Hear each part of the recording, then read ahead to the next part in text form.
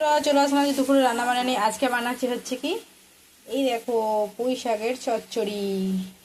ভালোভাবে কেটে ধুয়ে নিয়েছি। এই দেখো বানাচ্ছি, পুঁই শাকগুলোকে ভালোভাবে ধুয়ে নিয়েছি। এখানে ডাঁটা নিয়েছি, মূলো, বেগুন, আলু আর কুমড়ো নিয়ে ভালো করেছি। এখানে নিয়ে নিয়েছি দুটো মাছের মাথা। এ দেখো কাতলা মাছের মাথা, অনেকটা বড়। মাছের মাথাটা দিয়ে আমি এবার করে নেবো, মশলাটা রেডি করে নেব। আর এখানে নিয়েছি, বললাম তো কিছু সবজি নিয়েছি। যদি তোমাদের আমার ভিডিওটা ভালো লেগে থাকে তাহলে অবশ্যই লাইক কমেন্ট শেয়ার করে দেবে, চ্যানেলটাকে সাবস্ক্রাইব করে দেবে বন্ধুরা। তোমাদের একটা কমেন্ট আমার কাছে অনেক গুরুত্বপূর্ণ।